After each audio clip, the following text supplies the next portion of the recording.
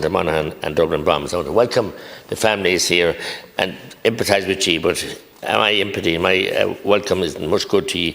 You need justice, and unfortunately, you're not going to get it. I want to compliment Sinn Féin for bringing forward the motion, and I'd hope they'll probably be the next government, that when they're in government, they will have motions like this, and they will bring justice, because there is no justice.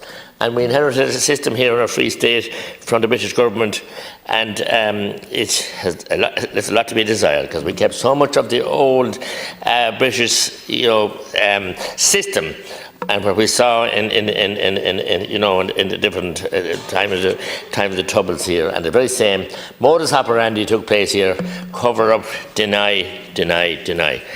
As a young boy, I think I was in second year in school in St. Joseph's College in Care.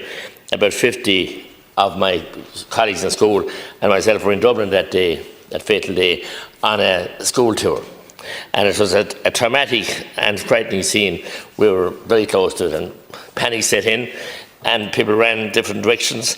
And then you meet some poor, fortunate woman that was injured, but very seriously injured, and go back the other way. We didn't know what. So I want to sympathise with everyone who lost their lives, and it was a traumatic scene and a huge carnage.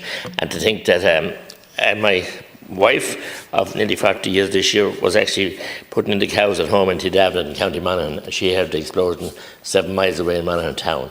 That's how ferocious those blasts were. And all our parents at the time, there was no mobile phones, or even the mention of one.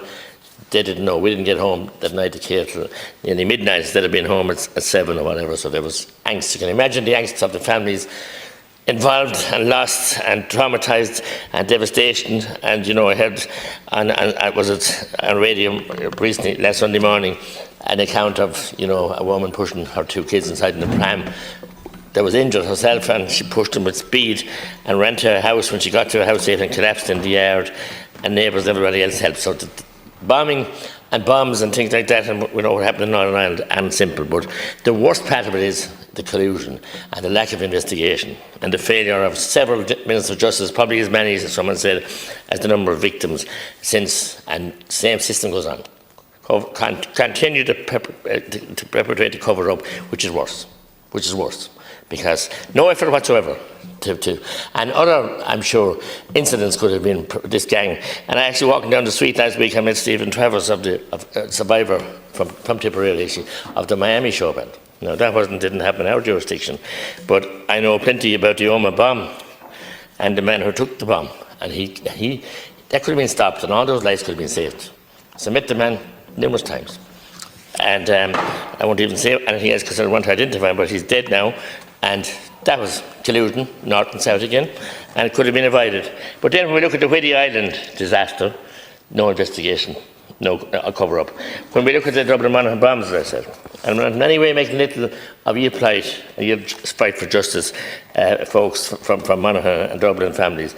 Father Niall Molloy, murdered at her wedding in Offaly, connections in Tipperary. John O'Brien and Pat Esmonde, killed off the coast of Helvick about 13 years ago now, fighting for justice, waste of time. They were killed, not accidental. And the cover-up that I've been hugely involved in that case to no avail. Shane O'Farrell from Monaghan, his mother's been in here for debates, and Sinn Féin brought debates on it. Again, that was a disgrace what happened.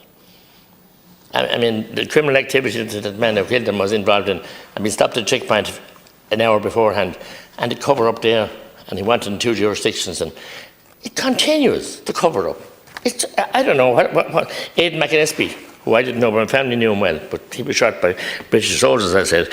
And as I said, look, they go on, and there's many more up and down the country, and it's still happening, where grievous and serious wrongs are being perpetrated, and it's cover-ups.